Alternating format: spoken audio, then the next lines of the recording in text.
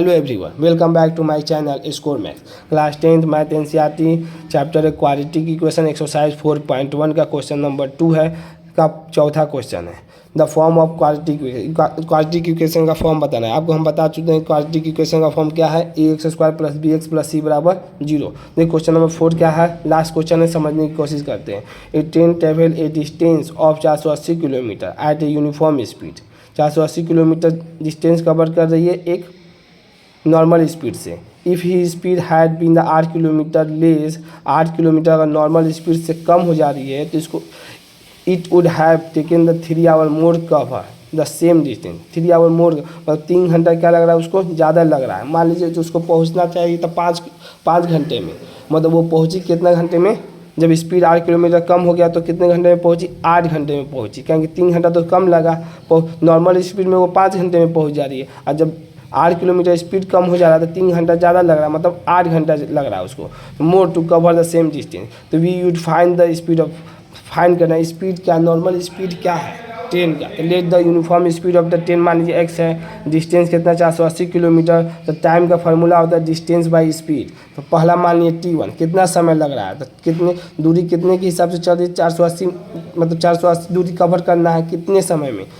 Normal speed है तो s समय में दूरी कवर करना है। अगर इतना इसका टाइम t1 का टाइम इतना लगा, स्पीड स्लो हो जा रही है, मान लीजिए 8 किलोमीटर पर आवर कम हो जा रही है, मतलब रोड टूटा फूटा है, जैसा भी स्पीड कम हो गई।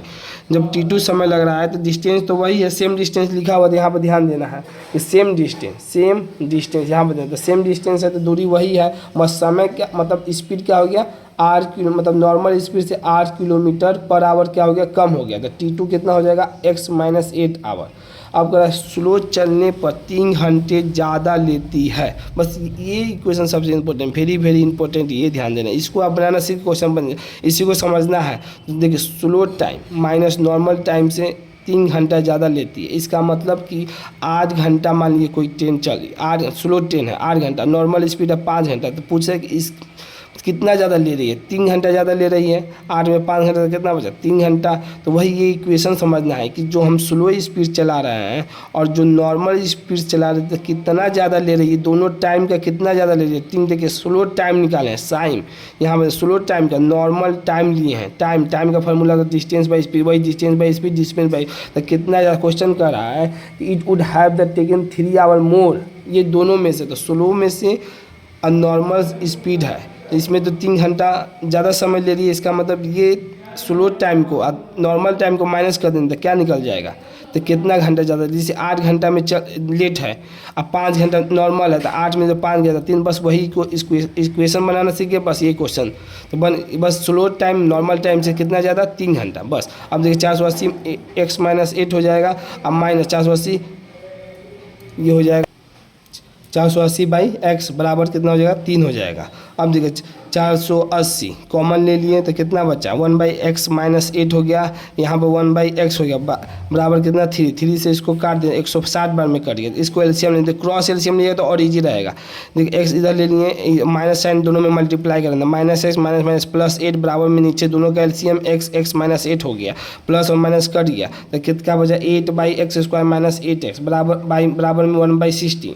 अब देखिए क्रॉस मल्टीप्लाई कर दीजिए तो कितना x² - 8x बराबर में कितना 1280 हो जाए, x² - 8x minus left side में 1280 हो गया, तो फैक्टराइजेशन कर दिए, x² - 40x + 32x बराबर -1280। x कॉमन लेने इस दोनों में, तो x कॉमन तो x - 40 हो गया, प्लस 32 कॉमन लेनी है तो x माइनस कितना बचा 40 बचा, x - 40 दोनों में से कॉमन ले लिए तो कितना बचा, x + 32 बचा, तो x बराबर कितना 0 के बराबर करें, x बराबर 40, x - 32 बराबर 0, तो x बराबर -, निगेटिव स्पीड तो होता ही नहीं है, तो स्पीड ऑफ ट्रेन कितना हो गया 40 किलोमीटर पर आवर। अब देखो ये एक आंसर ये भी है यहाँ पर, क्या फॉर्म ऑफ क्वाड्रेटिक इक्वेशन, ये भी एक आंसर हो गया। पहला में लिखा हुआ था क्वेश्चन में देखो फॉर्म ऑफ क्वाड्रेटिक इक्वेशन, ये भी एक आंसर हो गया। अब पूछा दूसरा में कि speed of the train, speed of train 40 kilometre per hour. अगर वीडियो आपको पसंद आई हो तो इसे लाइक करें, अपने दोस्तों के साथ शेयर करें और चैनल को सब्सक्राइब करें। Thank you so much.